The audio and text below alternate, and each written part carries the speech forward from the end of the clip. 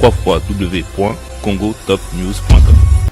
Balandi ya Congo Top News Monde na tondi bino botondi na esika bozali boza ebele bolandaka biso. C'est vrai, ça fait un moment bo monaki tozalaki moi absent na baetandoike, c'est-à-dire na média, parce que boyebi bino nyonso tozalaki na période électorale oyo nazalaki candidat na députation nationale, également na niveau municipal, donc comme conseiller municipal. Mais boyebi ndenge makamu maponomelekaki nazalaki bongo élu na niveau Kalamu, ya Kalamu, et puis na niveau national bongo et pesakite, mais toyebi ete tokozonga lisusu makasi na mbula to na ba élection oyo ekoya. Merci na ba oyo bozalaki na ngai présent, bobengaki ngai ebele, bolaki noli tozano de cœur, et puis bozalaki pe belé ya ko féliciter biso surtout na makambo mibale oyo topesaki, mais moko et simbaki toloba bongo sur le 2 candidature totiaki na national, mais moko epesa maki na niveau ya Kalamu toloba bongo ya provincial. Yango na tondi bino botondi na émission oyo 0 oyo lelo to lancer ezali bongo conseil de Noli Tambu to ndenge nini tokobanda kosola na bino ba ndeko na biso bato boponaka biso bato bovotaki ngai pona tina ete makambo ezali ko préoccuper tout d'abord notre beau et cher pays, la République démocratique du Congo, mais également notre ville-province, la ville-province de Kinshasa, et puis na commune abiso ya Kalamu o nazali élu ya Kalamu. Conseil de Noli Tambu, tokobanda kolobela makambo nyonso etali mboka na biso, des actualités également, et puis tokobanda kosala ba lecture to ba publication ezali koleka na ba Twitter o ezali koleka na ba réseau également, na ba rumeur o ezali koleka na mboka na biso to banda kolobela ngo to na makambo nyonso ezali ya kitoko to important pour na développement ya mboka na biso. Lelo tozali na immunité wana ya koloba, ya kokende et puis ya kokoma, parce que lelo tozana décision yango etindaki ngai to bino botindaki ngai na zalawana pona kolobela bino, également pona koluka ba solution na makambo etali mboka na biso to ba problème ya ba électeur na biso. Tolobi bo s'abonner bande kolobaki noli kotika média te zonga la média, parce que média nde tombolio média nde sali ete ozali sika ozali. Merci na ba conseiller na nga nyonso de partout esika bozali oyo bozali kopesa kabiso ba conseil ya malamu na o etali développement ya mboka na biso. Avant na kota esi na kopesa courage na bandeko nyonso ya diaspora. C'est vrai que bandeko ya diaspora tozalaki belé autopostulaki awa na ba élection uti koleka ya 2023, mais mingi bazwaki en tout cas ceux qui n'a beau sanité, je crois que naza parmi to moko na ebité en tout cas o ebi o yazwa qui vraiment o se prononcer, mais na bande konde bando benga biso il semblerait que je suis le seul élu ya diaspora o diaspora tindaki awa na kati ya Kinshasa. En tout cas o yebi na lobi bien na bateli monoko nanga o yebi kaza parmi ba candidats o yazwa ki na ba élection eleki aza diaspora. En tout cas benga ngai na kotanga kombo na opona za la besoin to za ata mibale misato pour ça la bien, parce que bandeko ya diaspora ebele bele tolelaki to balelaki na tina ete na ba élection elekaki bandeko bazwa kité, mais naza parmi batu oyo balongolaki diaspora soni ya kozala élu awa na kati ya mboka na biso na maponami oyo uti koleka. En tout cas na tondi bino na botondi na bandeko nyonso bo votaki nga oyo pe bo encourageaki nga surtout na bandeko ya diaspora naza molobeli na bino awa na Kinshasa. Bosalanga confiance na ko décevoir bino te. Alors nous allons rentrer na ba urgence to na ba question d'actualité makambo yali koleka na ba conseil. Émission la biso ali pona kopesa conseil. Lelo za émission 0 to kolobela kaka rapidement na makambo yali koleka, et puis bo tanga yango bien évidemment awa bo yali komona na sima na biso atokotia yango pour la première fois en République démocratique du Congo, en sigle la RDC. Les organisations de primaire pour un poste important. Voici le dessus de la carte. Boyebi yango bino nyonso bandeko to vandaki kaka boye tozoloba nani oyo akozala président ya Assemblée nationale to Premier ministre. Banungu etambola ki mingi na ndeko Vital Kamerhe oboyebi azalaki bongo deuxième force. C'est ndenge ba élection lekaki ya kozana ba député belé après UDPS. Batu mingi bakanisa ki ndeko Vital Kamerhe akozwa bongo ebonga ya Premier ministre, mais tout le monde qui bongo ndeko na biso to mama na biso, et puis ça historique pour la première fois une première ministre a zwa esika wana to mwana mwasi azwe bonga ya chef ya gouvernement, tout le monde qui bongo mama na biso Judith Suminwa tuluka oyo bongo bapesi bongo ebonga wana to chance wana kumbela makambo etali gouvernement la biso, et puis azwa ki bongo bénédiction il y a président de la République Félix Antoine Tshisekedi au Pazaki voté bongo pour na kukumbela biso na deuxième mandat na ye. Mais makambo tamboli tolobi est-ce que mona mboka mboso kodia akozongela susu bonga na ye to misusu etambola ki baati lukwebo azaki pe modeste akozonga akozwa akolonga bongo na Sénat azwa Assemblée nationale, ou bien mwana mboka l'honorable Kamerhe Lwa Kaningiri Vital OEP azalaki bongo candidat. To vala ki biso na to aki sopo ya romona batel biso communiqué wana communiqué numéro 001 bar USN bar AKT bar 24.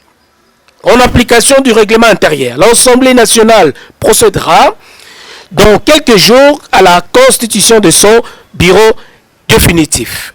Bozomona yango wana oyo zalaki signé le 22 avril et pas à mwana mboka l'honorable Augustin Kabuya Chilumba oyo asalaki communiqué wana bomoni yango. En effet, le présidium de l'Union sacrée de la nation me charge comme responsable de la première force politique de la coalition majoritaire d'inviter les députés nationaux membres de la majorité pour l'élection primaire en vue de la désignation d'un seul candidat au poste du président de l'Assemblée nationale. La dite rencontre élective aura lieu ce mardi 23 avril 2024 à partir de 14h au Palais du Peuple. Bomoni yango batie bongo l'honorable Bahati Lukwebo, Vital Kamerhe et Mboso. Tomola ki yango biso nyonso et bandeko après l'élection tu sais que mwana mboka Vital Kamerhe bongo a zwaki esika wana pona tozala. Vraiment bref, toka ba déclaration ya mwana mboka Vital Kamerhe après être élu na niveau ya primaire pona zala candidat unique na cadre ya Union sacrée de la nation, et puis bande comme sous to monaki ba réaction oyo ndeko azotela biso après élection na ye avant tozwa vidéo wana botala yemo comme Vital Kamerhe albaki après son élection au primaire. Vital Kamerhe déclare ceci: je n'avais jamais demandé d'être candidat président de l'Assemblée nationale. J'ai été en réalité le choix du peuple, du président de la République depuis plus de 2 mois. Les autres sont venus exprimer leur desiderata. Wane zalaki ba mo na sorti ya mwana mboka Vital Kamerhe na ba déclaration na ye tolanda ba déclaration ya Vital Kamerhe après ko gagner na primaire oyo. Je suis quelqu'un de conviction d'abord et de foi en Dieu. Je n'avais jamais demandé d'être candidat président de l'Assemblée nationale. J'étais en réalité le choix du président de la République depuis plus de 2 mois. Les autres sont venus exprimer leur desiderata. Le président a essayé d'aplanir les angles des uns des autres. Et puis finalement il a dit, pourquoi pas, ce n'est même pas lui qui a dit, c'est l'un de nous qui a dit, mais pourquoi pas nous renvoyer aux primaires. Parce que le président nous a donné plusieurs opportunités d'être ailleurs qu'au Parlement.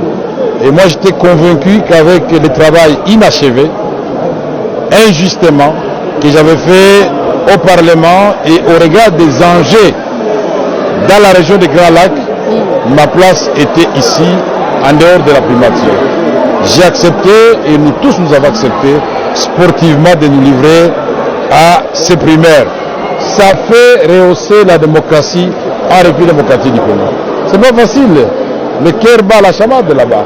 Quand on commence à citer le nom, Kamere Mbosso Bahati, Kamere Mbosso Bahati, c'est pas facile. Mais nous sommes des politiciens, nous savons que des sommes, des échecs, toujours on arrive à la réussite.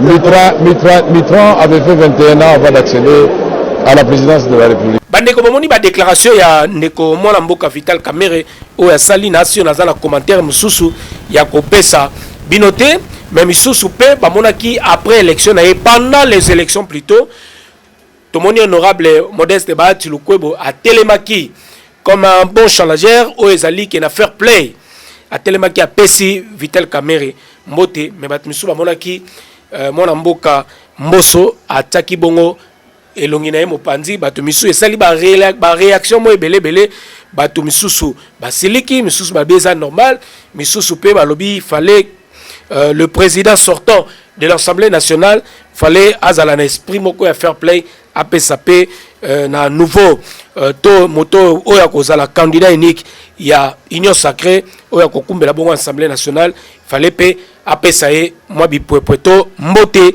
na cadre toujours ya ko solola na ndenge ya avancement ya mboka na biso bandeko après wana botala bongo après bien évidemment ya choix ya Vital Kamerhe bayambaki bongo epa ya président de la République Félix Antoine Tshisekedi reçu par le chef de l'État. Vital Kamerhe promet loyauté et réforme institutionnelle. Vital Kamerhe bayambaki lelo mercredi 24 avril na bongo na cité Union africaine par le président de la République. Vital Kamerhe a saki bongo ba déclaration na ye et puis le chef de l'État a félicité l'honorable Vital Kamerhe, désormais candidat unique au perchoir de la chambre basse du Parlement. Au sorti de cette audience, l'honorable Vital Kamerhe a réitéré sa loyauté au président de la République et l'a remercié pour la confiance qu'il lui renouvelle. Il a aussi félicité et remercié ces deux challengers à ce primaire. Bahati Lukwebo, l'honorable Bahati Lukwebo également, l'honorable Mbosso, ainsi que tout le regroupement politique de l'Union sacrée. Total Abongo, image wana. Excellence, Monsieur le Président, l'honorable Vital Kamerhe. Monsieur le Président de l'Assemblée nationale, félicitations. Mes respects, Excellence. Mes respects et merci pour tout. Merci pour tout. Aujourd'hui, c'est un grand jour. Merci. Félicitations. Loyauté réitérée. À la demande du président de la République, parce que nous étions 3 candidats et le président a voulu qu'on applique la démocratie parce qu'il ne voulait pas avoir de préférence pour l'un ou l'autre candidat. Je dois d'abord rendre grâce à Dieu qui a fait que cet événement puisse avoir lieu. Remercier le président de la République pour la confiance qu'il m'a toujours faite et je réitère ici cette confiance auprès de la haute autorité de l'Union sacrée. Je voudrais aussi féliciter les organisateurs, c'est-à-dire le présidium, aujourd'hui présidé par l'honorable Augustin Kabouya, président AI de l'UDPS. Remercier le président Mbosso et le président Bahati qui étaient dans la course avec moi. Nous avons gagné ensemble parce que nous avions pris l'engagement devant le président de la République de mener un combat loyal, démocratique, et que ce combat ne laisse pas de séquelles, que ce combat ne nous divise pas, que ce combat se fasse dans la loyauté et que bien au contraire, que celui qui gagne puisse avoir un regard tout à fait particulier envers et respectueux envers ceux qui ont perdu et que ceux qui ont perdu comprennent qu'ils n'ont pas été frustrés mais c'était la volonté de la classe politique de la majorité. Ici, je remercie particulièrement la première formation politique que j'ai eu à rencontrer, c'est-à-dire l'UDPS, et ses alliés qui comptent beaucoup de députés au sein de la Chambre, qui peuvent faire basculer les choses dans un sens comme dans un autre. Je remercie tous les regroupements de l'Union sacrée qui m'ont fait confiance. Je remercie les amis du PCR, Tony Kankou, Jean-Lycée Boussa, Julien Paloukou, Bokele et d'autres qui nous ont accompagnés dans ce dur combat. Maintenant que je vais devenir président de l'Assemblée nationale, inévitablement, parce que je serai le candidat de l'Union sacrée de l'opposition, candidat unique, et je voudrais rassurer tout le monde que nous allons travailler dans l'harmonie, que nous allons faire en sorte que nous puissions redorer l'image de l'Assemblée nationale et du député national. Nous allons faire en sorte que la séparation des pouvoirs soit une réalité. Nous allons pousser le gouvernement, la Première ministre et les ministres à remplir leurs assignations contenues dans le programme du gouvernement. Donc le contrôle parlementaire sera de rigueur. Nous allons faire en sorte que les cris de détresse de notre population profonde soient relayés dans les débats à l'Assemblée nationale. Et surtout, cette agression rwando-ougandaise contre notre pays et particulièrement dans le Nord Kivu et dans le Turi, il faudra que là, cela se sache.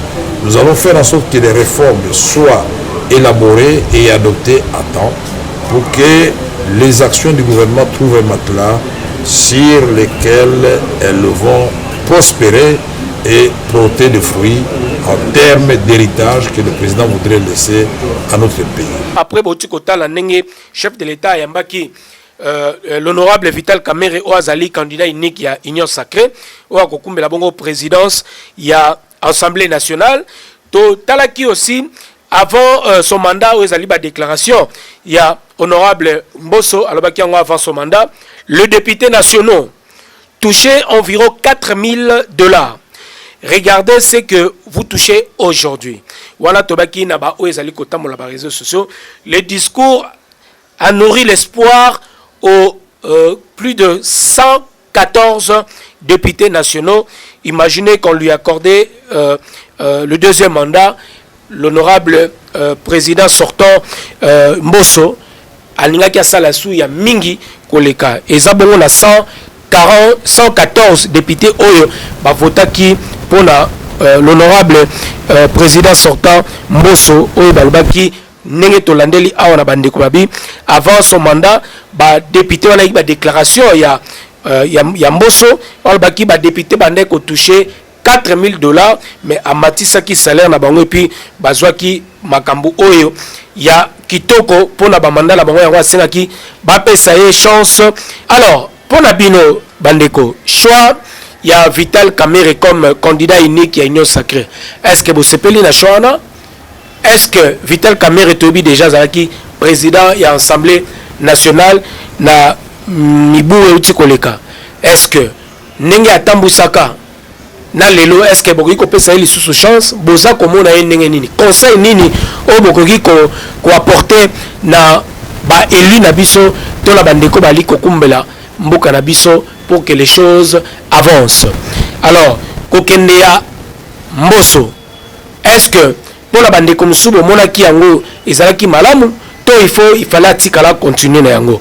Et puis tomonaki bongo baati lokwebo ezalaki déjà président ya Sénat et puis azalaki comme candidat na esika wana ya Assemblée nationale. Bomoni yango ndenge nini? Mais tobi lelo ba député ba tranché ba poni surtout au ya Union Sacrée de la Nation ba poni Vital Kamerhe. Conseil nini bokoki kopesa na mwana mboka Vital Kamerhe Oazali, le tout nouveau président de l'Assemblée nationale oya kokumbela biso pendant 5 ans d'institution na biso. A kumbela masolo na pour la deuxième mandat na ye. Tomonaki bongo pe na maponomio salami na Assemblée provinciale ya ville à Kinshasa, ville province de Kinshasa. O tomonaki bongo l'honorable Levi Mbuta oyo azwaki place wana ya présidence oyo a remplacé l'honorable le pasteur Godem Poi oyo bongo atiki bonga na Levi Mbuta.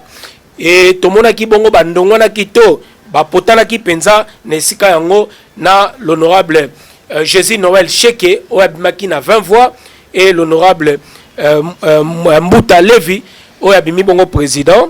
Il y a bureau définitif, il y a APK et tout le monde est lekaki ezaki penza serré na makam susu lekaki toyokaki ke ba député misusu. Surtout il y a parti politique qui a CP 5 députés, il semblerait que ba kota quitté pour n'arrêter bango ba fota quitté yango salaki que mama kamususu ezala etambolate na faveur ya ndeko Jésus Noël Cheke. Mais depuis ba élection au salami il y a assemblée provinciale moi makambo yali kotambola mingi te.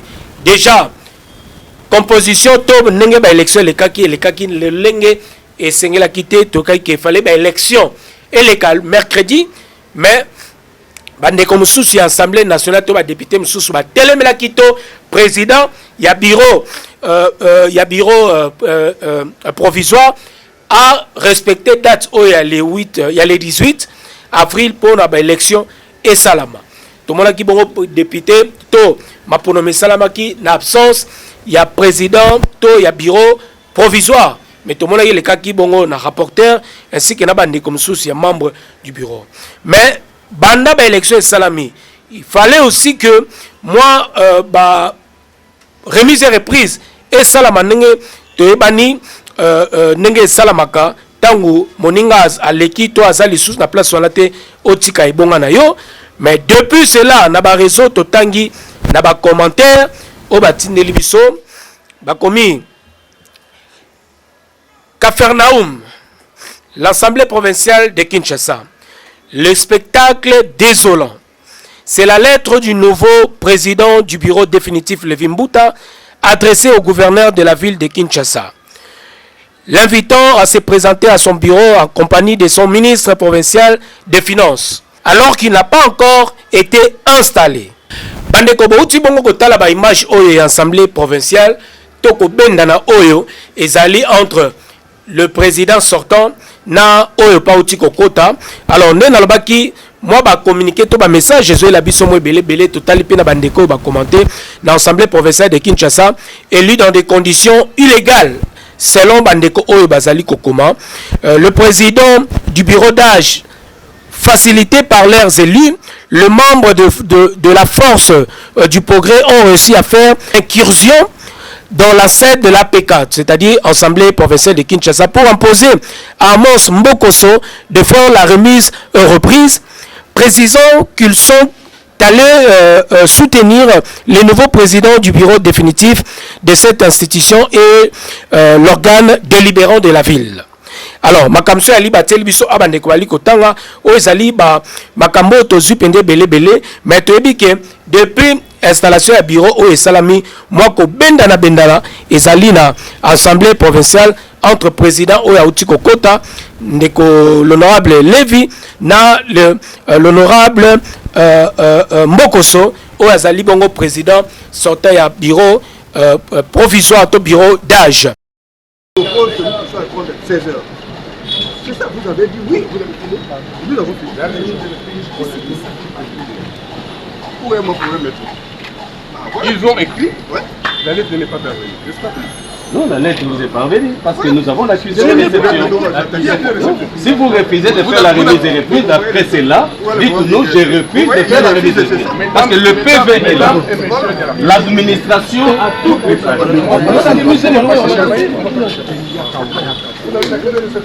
De quoi? Demandez l'accusé de réception, le président Boto. Mais pourquoi pas demander à moi? Mais il dit que chez vous, vous avez déposé. Ce n'est pas chez moi. Oh, qui dit la vérité? Mais vous avez dit qu'il y a 16 heures. Moi, je n'ai pas dit 16 heures. Il y avait des députés S'il vous plaît. Qui t'a parlé? S'il vous plaît.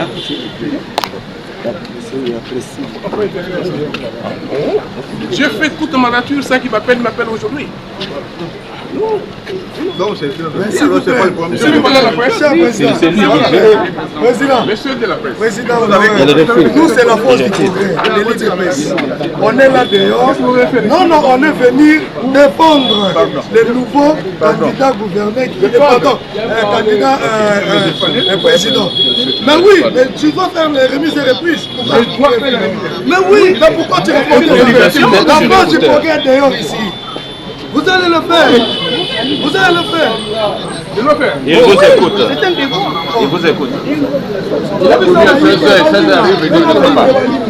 il va le faire. Pas qu'un rapport, tu vois. Non, Oui, moi, il y a un rapport. commandant, qu'un rapport, tu vois là. Il connaît. C'est quoi ça? Alors, na makambu oyo bandeko toali koloba ezali na mission oyo toali koloba ezali ya conseil nini oyo biso na bino toyi kopesa na bandeko oyo bazali kotambusa mboka na biso to bazali na ba institution toyebi bongo assemblée provinciale ezali bongo l'organe délibérant et puis tu as dit que gouvernorat gouvernorat de la ville, il y a ville province à Kinshasa, to gouverneur, tant que bali ko élire, ezali organe moko ezali exécutif.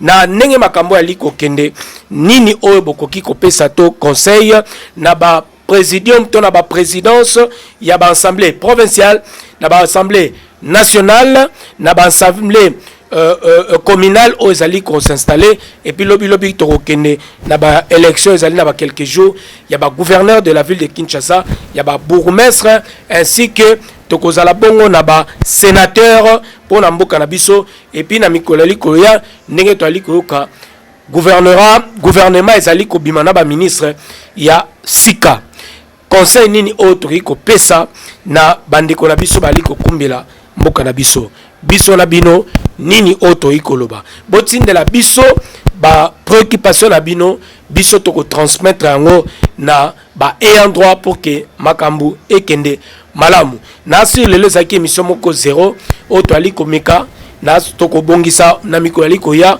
pour que bomo na ba élément avec précision na makambu kitoko oyo ko kumela bino dorénavant beaucoup banda kolanda biso na émission oyo conseil de Noli Tambu Oazali Molobel Nabino, élu du peuple, élu de Dieu, Oyo, a Zaliwana Pona, Kosunga Bandeko, Namakambo Etali Bango, Oyo Etalipe, Mboka Nabiso, surtout la République démocratique du Congo pour que Etambola, Malamu.